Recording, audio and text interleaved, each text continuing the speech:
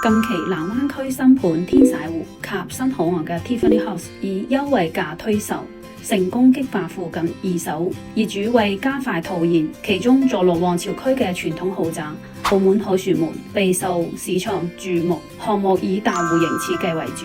提供4房至6房及複式單位，適合追求升級居住品質嘅換樓客。目前市場出現罕見超值放盤，